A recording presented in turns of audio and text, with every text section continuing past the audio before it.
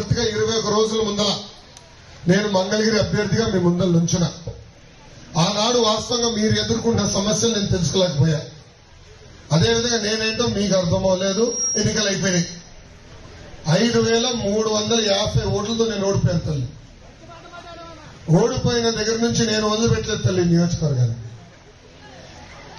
గతంలో ఎవరిని ఓడిపోతే వెళ్ళిపోయేవారు, పనిచేసేవారు కాదు.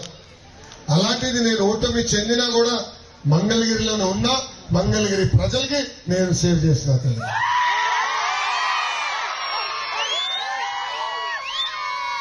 ఈ రోజు ఈ సభాముఖంగా కరకట కమల్ హాసన్ గారికి సూట్ గా ప్రశ్న వస్తుంది.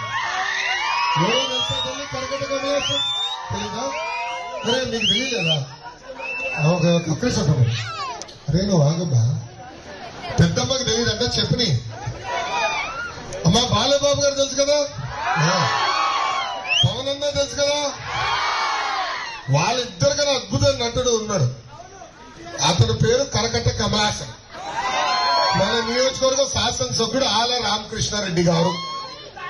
ఆయన ఎంత అద్భుతంగా నటిస్తాడంటే 6 నెలల క్రితం నేను రాజీనామా చేస్తున్నా, ముఖ్యమంత్రి గారు అనేక హామీలు ఇచ్చారు నియోజకవర్గానికి, ఏ ఒక్క హామీ నిలబెట్టుకోలేదని చెప్పినాడు.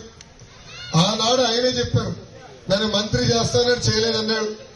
నియోజకవర్గానికి 2,000 కోట్ల రూపాయలు ప్రతి సంవత్సరం ఖర్చు పెట్టి అభివృద్ధి చేస్తానని ముఖ్యమంత్రి గారు చేయలేదన్నారు. ప్రజలు అనేక ఇబ్బందులు ఎదుర్కొంటున్నారు, బాధల్లో ఉన్నారు.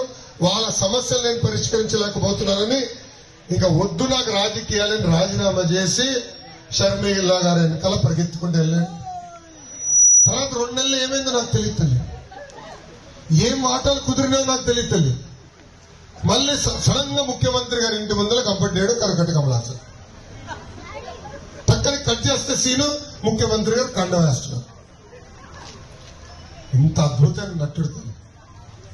ఇలా ఎన్నో నటనలు చేస్తాడు. రేపు వస్తాడు మళ్ళీ క్యారేజ్ పట్టుకుని పొలంలోకి వస్తాడు. మళ్ళీ అదేదో క్యారేజ్ ఇచ్చినట్టు ఒక యాక్టింగ్, మళ్ళీ ఇంకొక యాక్టింగ్, ఇంత అద్భుతమైన నటన మొదలు పెడతాడు. తల్లి నటన నాకు తెలుస్తాడు. ముందు ఉన్నట్టుగా చెప్తా, చేయగలిగితే చేస్తానంట, చేయలేకపోతే క్షమించండి నేను చేయలేనని చెప్తా. అమ్మా నేను ఓడిపోయిన తర్వాత కూడా కేఆర్ కొండూరుకి ఆరోగ్య రథాలు పంపించాను. మీకు ఉచితంగా అనారోగ్యంతో ఇబ్బంది పడుతుంటే, ఊర్లో ఎవరైనా అనారోగ్యంతో ఇబ్బంది పడుతుంటే వాళ్ళకి ఉచితంగా మందు బిళ్ళలు మనం అందించాం. నిరుపేద కుటుంబాన్ని ఆదుకునే దానికి, స్వయం ఉపాధి కల్పించడానికి ట్రైనింగ్ ఇచ్చి కుట్టు మెషిన్ కూడా అందజేశాం.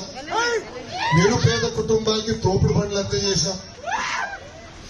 నాకు తెలిసినంత వరకు దాదాపు 70 కుటుంబాలని ప్రతిపక్షంలో ఉంటూ ఆరోగ్య రథం కాకుండా ఆదుకుంటాం జరుగుతుంది.